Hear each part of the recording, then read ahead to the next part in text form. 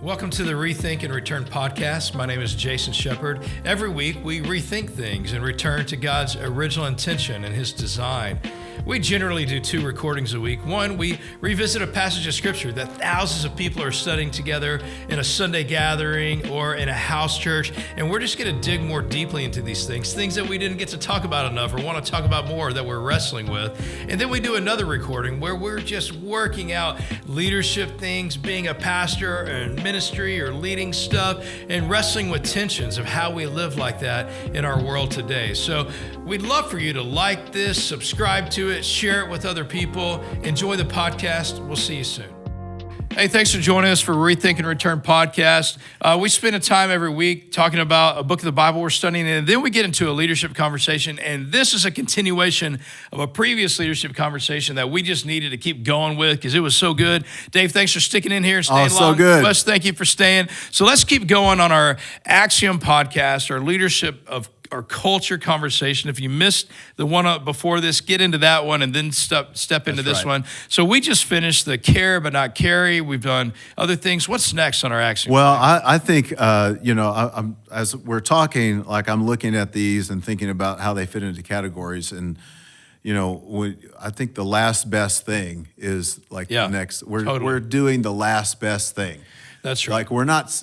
So some, I know we have people that are leading in churches, and so I want to say churches and other institutions, sometimes they get stuck in just doing the same thing over and over instead of saying, it's the last best thing. Like we're still open to whatever the next best thing is. So that's right. Maybe you can like put a little detail around that, what last best thing, what that means to you and how that's practiced. We're talking about a culture, and a culture is shaped by the values and ideas you have. But if you don't have words to help shape and direct those ideas and manage against it, then your culture won't be clear. And so we have clarity in our culture from some words and phrases that we use. And and most of our phrases have come out of frustration. Like we have expectation without frustration. So one of our axioms is actually expectation without clarification leads to frustration. Okay. And so I found myself my first few years of leading a place, not having to really create an entire culture before. I found myself frustrated with people because I had expectations, but I didn't have clarification, and it led to frustration. And so then we came up with some axioms. For example, one of my frustrations was people seem afraid to bring something new, and I didn't like that. And here's why I think people can get afraid to bring something new, because I knew that whatever we're doing, we had to be fully bought into. So this is what we're doing, and we got to get after it.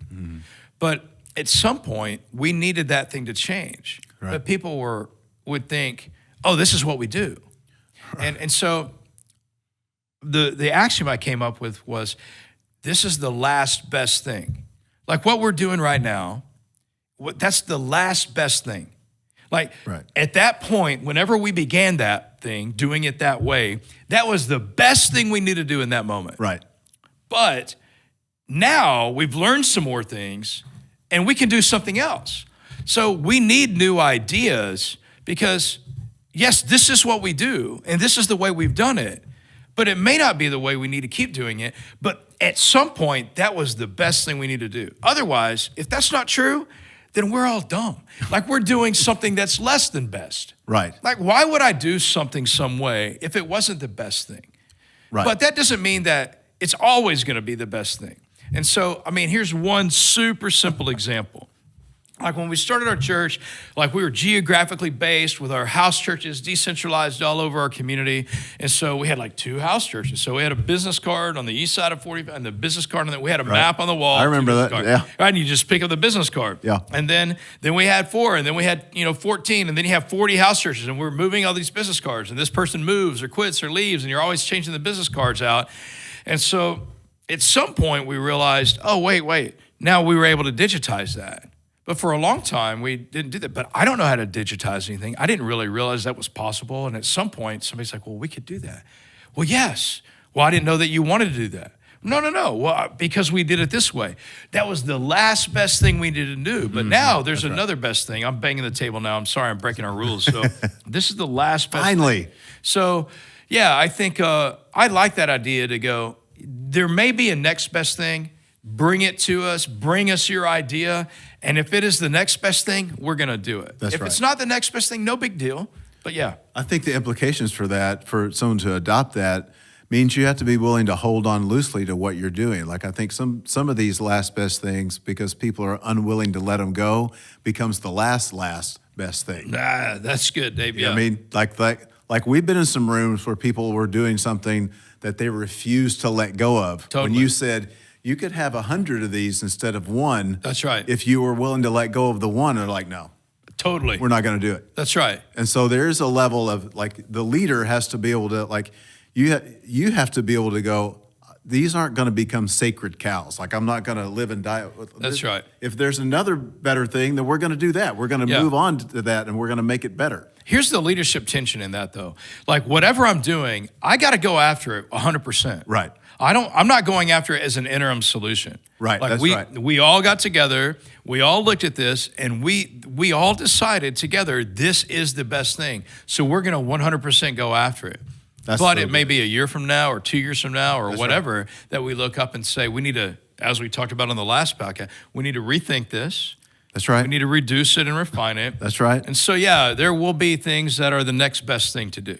I think so. And so right on the heels of that, I think this is a powerful axiom because it forces people to stay flexible, and we're not chasing trends. I think some churches, their last best thing is, hey, let's do whatever someone else is. They're Totally. chasing trends and fads and attractions instead of saying, we're making decisions based on time, money, people, calling, and then we're going to do it with all our heart until we go, wait a minute, it's just like making significant shifts with Night to Shine or Back to School Better. We're like, and it got better. But right on the heels of that is the axiom is that we say no until we get to the right yes. Mm-hmm. So like I want you to talk about that because that process requires a lot of honesty and a lot of grit.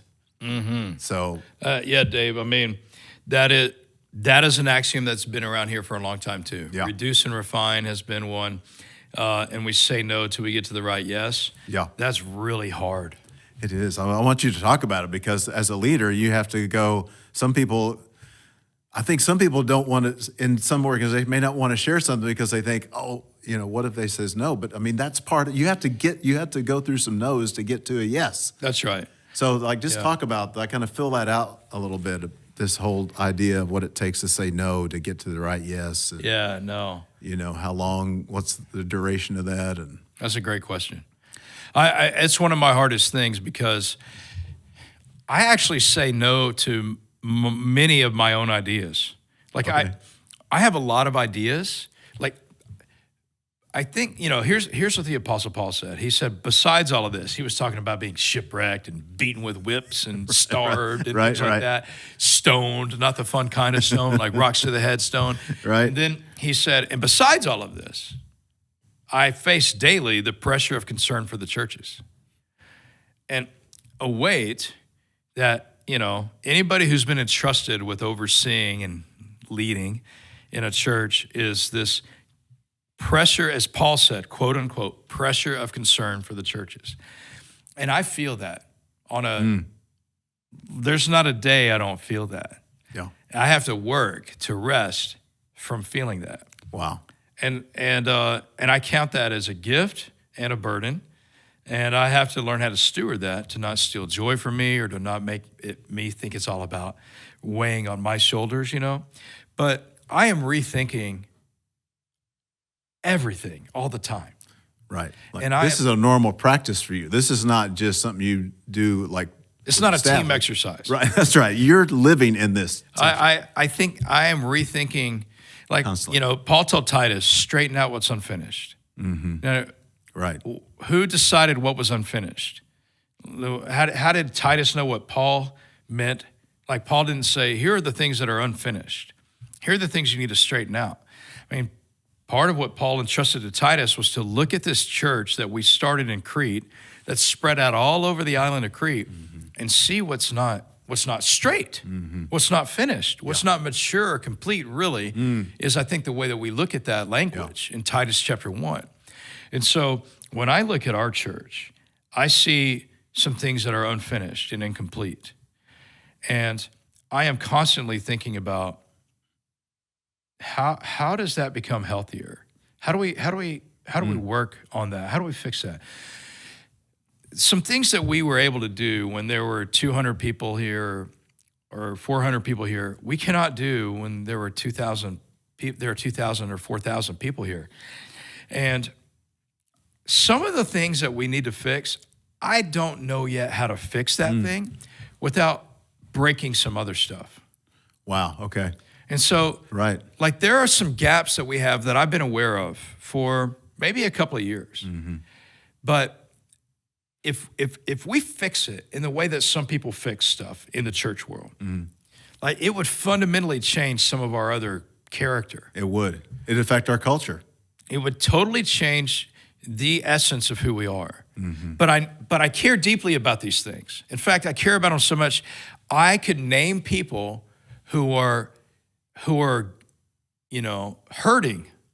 by this thing not being fixed, which is what bothers me. Right. So, but the way that I know to fix that, to help a lot of people, would really break the foundation of some other stuff. And so I have to say no to myself all the time until I get to the right yes. Yeah. And so our axiom that we're talking about now is we say no until we get to the right yes. That's right. And so I generally, though, don't think about these things just by myself, but I am thinking about it by myself a lot. Like, it's on you. Like, I know, we've been friends for a long time, so I know you're thinking about these things. And even though, like, right now people are watching us talk about this, and it looks like to the audience like that you're sitting here at the table, but you're actually 15 years ahead of everybody. Like, in your mind of where you're going, right? And what you see for the church, like, you're further ahead than most people know. And because of that, like, I know the depth of ideas that you have.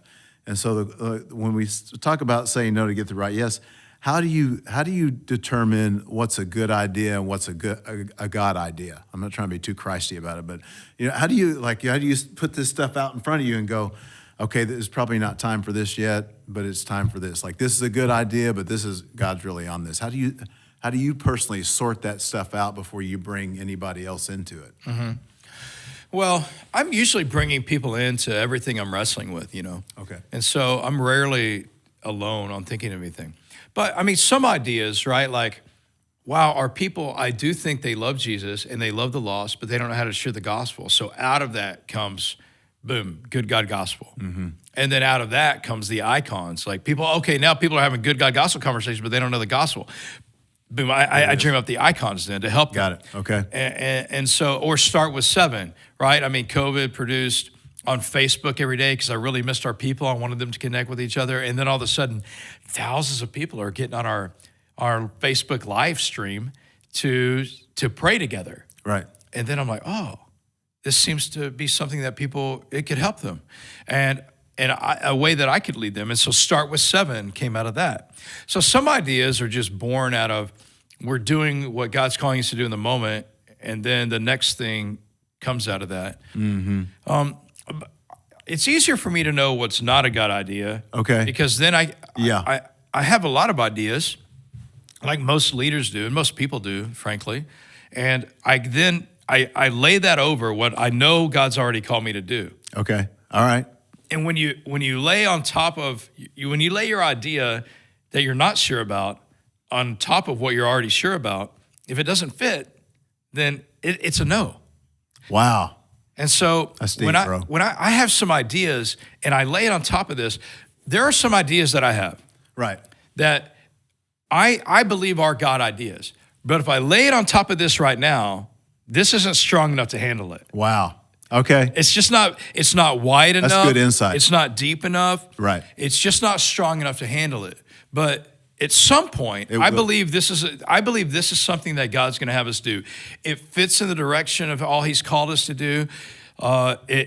it's something that we've been praying about a long time. I believe it's something God's called us to do. But if I do it now, it could overwhelm this right here. Yeah. And so it's not time. There are even things that God's called me to do that I know I'm not ready to do yet. Like I have to grow in this. And so actually, there are people I'm meeting with right now that are helping me get ready to do this thing that I believe God's called me to do and even our church to do, but I have to grow in that. Wow. And so you know what God's already called you to do. Right. So we're like our last episode, reduce and refine, rethink and return. We're just we're getting it all ready. We're getting this thing stronger, and we're looking at what's unfinished, and we're straightening it out, as Paul told Titus. And then we take these new ideas, and if they don't fit, then we get rid of it. Or if they're too big for it, it's just not time. Right. And so like I hear you saying, like, gives me a lot of insight to hear you explain that. And I think people don't know how to sort it out. So if you have an idea that the structure can't support yet, then one of the things you're going to do is you're going to lead that structure. You're going to, in the meantime, in the gap, you're going to lead that structure up to get stronger and bigger to support that idea. And even in your own life, you're like, totally. I'm not ready, but I'm going to get someone to lead me to fill totally. to that gap so that I can support it. Yeah, I think that's power. Isn't the clinic? Wasn't that one of those things that it had to be the right time? It had to be the right time. It had to be the right way. It had to be the right thing. Like we were even wrestling through a couple of different things that our church would do. And so some people would be listening to this and not have the context for that. But we Church Party built a clinic. Right. But we protected the space, and we knew we were going to do something very significant for our community in a certain sector of our community for certain types of needs with this space, and then we had to wait for the right thing, and then we had to wait on the right time. But yeah, that's a thing. For me, that was it's significant, but that wasn't one of the biggest things. For me, it's a directional thing. I want there to be things way ahead of me that I'm not ready for yet. I mean, I want to keep growing. Yeah, that's good. So the cool thing is now I'm humble enough, wise enough, have created enough relationships with people. God's broken me enough. I mean, at some point you just quit caring enough about what people think. You finally get free. And now you just go, hey, I need to grow in this. Can you help me? Yeah. And so I think that in the future, there's something I need to do, or I need to lead our church to do, and I'm not ready for that. I need you to help me. And so I have 2 or 3 people in my life right now who are helping me get ready to lead this next thing. And the cool thing is things just seem right at the right time. It's like letting out a clutch, it can be really jerky or it can be super smooth. That's really good. And it seems like our church as a whole body just gets ready, and this thing, we're getting ready for it too, and this perfect confluence. I mean, but a lot of that, you have to have the sensitivity to that as a leader, like in your own life and in the culture. Like some guys would just like roll over stuff, and end up destroying a good idea. You can't roll over too many things too long, because you won't have an organism, an organization, a body left. But I love when you say there are things up ahead of you that you're not ready for, but you're getting ready for them. And I think that's vision. And I think everyone needs to be thinking like, I think most people are just thinking like, I'm going to do what's right in front of me. I'm going to do what, even someone's not leading a church, or if they're not leading their own company, just getting up, I'm just going to go to work. And they're not thinking about, well, maybe I should get prepared for something that's down the road. Maybe God wants more from me and more for me. Right. And maybe I should like dream in that direction. But Dave, I mean, you and I have known people here. We've known people in other parts of our life. We've struggled with this on our own self. Like the humility, one of our values for our team is a commitment to better. Mm-hmm. Like I am putting this pressure on myself because I want to grow. I want to become everything God wants me to be. Yeah. I don't want to limit what God can do. And I have. I mean, all of us would look back at our life and say, if I would have studied more there, if I would have sacrificed more here, if I would have done this more, maybe I could be further. I could be, but when we become aware of something, we need to grow and repent. So if I'm willing to do that, if I'm willing to say, hey, there's some things where I need to grow in, and I'm going to put people in my life to help me with that, I expect everybody on our team is going to do that too. I mean, I would want that everybody on our team would be able to say, hey, I want to grow in this. Will you help me? Yeah. We have some people on our team who literally, they verbalize that, like they're ahead of it. They're like, hey, can you help me grow in this? Right. I've had a couple people in the past who were like, they said, can you help me grow in this? And we said, sure. And then we tried to help them grow. And they didn't want it. Deeply resisted it. Yes. But many people I have found, especially on our team now, they want to grow. They know where they need to grow. We probably know where they need to grow. And they're growing. Right. And one of my great joys is seeing people on our team and people. I had lunch with a man today from our church, and he's been in our church like probably as long as you've been here, 11 or 12 years. Wow. Okay. And he's seen me personally grow, professionally grow, pastorally grow. And he's been able to walk with me, and he's helped lead me and influence me. And we want everybody in our team having that kind of humility, that teachability, that hunger. Mm-hmm. You know, Patrick Lencioni talked about leadership thing. He called it hungry, humble, and smart. Like, I'm hungry to do this. I have a passion for it. I'm humble, like, hey, teach me, I want to grow. Yeah. It's smart, like I have some level of proficiency here. And so that's what we expect on our team, yeah. I mean, I think that's a powerful thing. And one of the things I love about our team is that they don't have to be told to do that. Like they're working it. Like you said, they want it. Yeah. They're working towards it. They're leading like that. Yeah. And so as a result, like you don't really have to micromanage a lot of people on the team because you created a culture where people are thinking, everyone's thinking the same thing all the time. Everyone's always doing everything the same way. That's right. That's right. Yeah. So I think that says, when we talk about culture, that says a lot about, like, there is an aspect where you lead people and then they start to do it on their own. They start to lead themselves. Here's the thing that I think is super strong about culture, and we'll probably wrap up with this part of the conversation. But Wes, are you telling me you got more time? Okay. Well, I'll at least say this. I think I lost my thought. I'm sorry. We said people lead themselves. Can lead themselves. Here's how you. Well, one, I can help create the direction of a culture, but together we're all cultivating it. Right. Because I can't. Culture isn't something that only I can do. Like, I need to help set it. I need to help protect it. But it's all of us together doing this. And for me, here's how you know when you have a culture is strong. When culture is stronger than the founder. And how do you know when culture is stronger than the founder? If I wanted to change the culture now, I couldn't. You couldn't do it. I couldn't do it. That's right. Like if I wanted to change the culture on our team, like our team culture, I think is really strong. And here's how I know that, because I need to. I mean, we revisit this, as you know. Staff retreat every year, we get deeply into this. When we onboard a new person, we go through each of these things. We'll revisit these things occasionally in our monthly all-team things. Yep. But so it's part of our culture. So I don't have to press into it a whole lot anymore. Now everyone is self-perpetuating it. And so I know that our culture is strong, not only on our team, but also in our church. Because if I try to change our culture now, I mean, there would be so much resistance. There would be. And so, like, the cool thing is we had a national organization came here and did a story on some things. And then they asked me some questions about culture.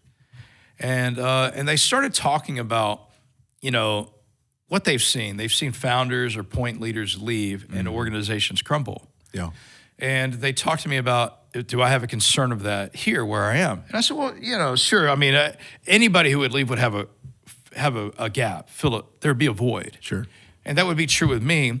I mean, I like to say this life matters, but it doesn't matter most, right? Mm-hmm. Heaven is what matters most. Eternity is what matters most. Sure. But this life matters too. Yeah. Like, this church is what matters most. I mean, I matter, but the church matters most. It matters more than me. Sure. And one day I will leave, I'll die, or I'll quit, or something will happen, or I'll age out, or whatever, and somebody else will carry it on. However, in whatever form it looks, who knows? But Jesus' church will continue, this local church and beyond. But the culture that's here, if I try to change it now, I couldn't. Like, if I try to change the way we go about teaching the scriptures together. Right. If I tried to say, hey, we're going to be, we're going to be topically driven, we're going to do our people, even though there's some good things that we would do, our people would not be for it. Happening. If I tried to change our culture of diversity, within house churches, and I try to make us homogenous groups like 99% of other churches. They wouldn't do. If I try to take away our generosity, if I try to take away our geographically gathering, if I try to change our culture, our structure, it wouldn't work. And so you have a strong culture. That's really powerful. But here's the scary thing about that too. Many churches, they've done that, but it's not a good culture. It's not a good culture. That's an unhealthy culture. Yeah. And so it's hard for them to change the culture. And that's why a lot of leaders, I think they have the right vision for the future, but the culture in a place is so strong and it's almost unwritten, but you could put words to it. And when I meet with leaders who are in a place that like they don't like the culture and they want to change it, one of the things that I like to encourage them to do is, one, you need to put some language to it, like some axioms or some values of where you want to go. Yeah. But then you need to honestly be able to say what kind of culture you have now. And then when you evaluate that, are you going to be able to move that culture from here to here? I mean, we were in Cuba last week, and it was just a powerful moment where everybody in the room, like we stopped what we were doing. I mean, the strong leader man for Cuba was weeping. And there were, a lot of people in this room. Yeah. And we just had this powerful moment of prayer and all that. But he just said, how do we change this in our nation? And I said, the people who hold these values are going to die. They're going to die at some point. And the only way the values that they hold, that they won't let go of, that aren't good, the only way those continue is if other people adopt them. Because those values will die it's only individuals who are carrying values, who are carrying culture. And so either we pass on the good values to the next generation or we quit passing them on, and then those values, those bad values, die with people. And so for me, the way that a culture is strong is that, okay, I had to plant this place and it took years to sort of help shape the culture and get it to where it was self-perpetuating. But now everybody's doing it. So I just check in on it. We're watching it. Other people are watching it. We're bringing people back to it if we see they're getting off. But it just keeps doing that. So as long as you make sure that people are staying within the culture, it's going to keep feeding itself. And it can be a beautiful movement of things where the point person isn't in charge of it anymore. The culture is self-perpetuating. And that, for me, that's the beauty and that's the goal. And so I have more peace in my soul about our church than I ever have because of these things. Yeah. But I have a lot of angst of also, like Paul, like we talked about, the pressure of concern for the church, like what's not straight. Right. Yeah. You're still looking ahead. And I think. I think that like we kind of come full circle in terms of starting with culture and ending by evaluating the culture and how it affects a church and a team. And so I think the last thing, I don't know how much time we have, but I think 2 minutes. 2 minutes. Okay. 5 minutes, Wes said. Okay. Okay, 5 minutes. Okay, here's the last axiom. And so to step out of culture for a minute, this is a personal axiom: work hard, rest hard. Yeah. Let's talk about the ethics of like giving it your all, and then when you say rest hard, what does that mean? Yeah. Well, I love that axiom. And again, that came out of frustration because I felt like we want everybody working hard when you're here. But then if you don't rest hard, you can't work hard. And if you work hard, you have to rest hard. You have to. And so I tell our team this, this, our whole team knows this.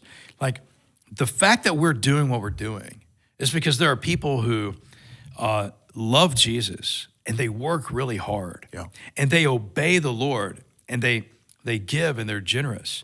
And if we're not working as hard or harder than they are, and we're living off of their obedience and generosity. That's why for us, everybody on our team, if you're not giving, you can't work here. Because everybody in our whole church, we're doing what we're doing because they're giving, but I'm giving too. It's all a circle and a cycle of obedience and generosity and simplicity. But one of the things that I cannot stand is somebody who works for a church or a nonprofit, anything gospel-centered, and they don't work hard. And I don't like it at all. No. But it's also a tragedy if people don't rest hard. I mean, we start to think, oh, this is all on me. This is the beauty of the Sabbath. where God's letting us know, I'm working while you're resting. And so I think working hard is an honor to God. I mean, work is a gift. Sure. It's a real gift that we have a job, or that we have a ministry, or that we have a role somewhere where we get to do what we love. We're helping to create something in the image of God. I mean, this is such a gift to us, and we should work hard, and then we should rest really, really hard. And so, but it is individual. It's for me, but it's also for our team, but it's also for our church. I mean, we have a month of rest in July where we're almost silent on a lot of things. We're silent on house church. We're silent on other things, and we take a break, halfway in December to halfway in January, and we really rest. And so, I didn't lead our church to rest like that for our first, many years. We didn't have breaks, but I wasn't taking a break either, and I almost crashed. Yeah, and our elders were so good. They would have forced me if I would have resisted them, but they led me and said, you're going to take a break, and they named how long it was, which is longer than I wanted it to be. Right. But I didn't resist them, but if I would have resisted them, they would have forced me. But it taught me, oh my gosh, I almost crashed because I wasn't resting. Yeah. And so I submitted to that rest, and then now I have rhythms of rest. Okay. So, all right. And at some point I'll talk about I have rhythms. I have daily, weekly, monthly, and annual rhythms, right? And so I have a daily rhythm with the Lord, a weekly, monthly, and annual, and also with rest. And so, our team, we work hard and we rest hard. If you're not taking a Sabbath day, that's a problem. And we have had to get on to people at times who have come from other environments and they're not resting. We're like, you're here too late. You're not with your family. Too many nights out, too weekends, whatever. And we know you're unhealthy, and we're not going to let you stay unhealthy. So if you want to stay here, you're going to have to be healthy, body, soul, spirit, and a lot of that is rest. So work hard, rest hard is an axiom for our team. And so our team does that. I mean, by the end of the week, our team is tired. Yeah. And I love it. I mean, we're tired for a good reason. When I ran, it's what I call a good tired. It's a good tired. And, when I ran in high school cross country, like if I came across the line and had something left, I don't call that a good race, right? Right. And so, like, I want to cross the finish line. And like Paul said, and I poured my life out. It was poured out like an offering to the Lord. And so every week I want that to be a picture. I mean, this week I poured my life out, and then I rested. Yeah. And I think that's a beautiful cycle to work hard and rest hard. I do too. And I think that's a good place for us to land, because it's this balance. Like, you get in trouble if you don't work hard and you rest harder, right? We've had a few people come through. Totally. They had their rest down really good. They're really good at rest, not so good at working, We've had that struggle. You have to do both, right? Yeah, and you can't just work hard and not rest. That's right. You have to do both if you're really gonna create a culture and maintain it, and if the church is gonna be all it's supposed to be. Yeah. Then us as pastors and people that are serving the church and serving our people, they're doing the same thing. They're working really hard. Like you and I have driven some of the routes that they drive to work. That's right. Every day. No, totally. And we're aware of it. So we work hard. So we honor God and honor the church. And resting hard, I mean, we have a whole thing about boundaries we'll talk about at some point where, I mean, for me, a boundary is I have some times where I'm uncontactable. Yeah. Yeah. And part of it is our systems and structure, but part of it is my boundary. Like, I'm with my wife, or I'm with my family, or I'm alone. And so, hey, man. Fantastic. One of my great joys has been seeing a church from inception or preconception to conception to then, all the struggles of helping build a culture, and then seeing other people participate in it and benefit from it and enjoy it. That's right. And also contribute to it. And so I'm so grateful for all of our team who has done that, and even the people who aren't on our team, but they helped us learn some good things. They did. So through some stuff. I'm thankful for actually every person who's ever been here to contribute in one way or another to our culture. But I really love our team now, who I think is all bought in. I do too, man. And I'm grateful to serve with you, Dave. And thanks for having this conversation. I'm glad to do it, man, always. All right. Hey, thanks for listening to this. Share it with some people. Maybe that'll help them. And get the word out about this podcast. You're great. Hope to see you soon. Have a great week. Thanks for spending time with us today on the Rethink and Return podcast. Here's all we ask from you. Will you subscribe to this, share this, let other people know about it? That'll help us get the message out. Share this content with other people if it's helpful to you. We're grateful for you. See you soon.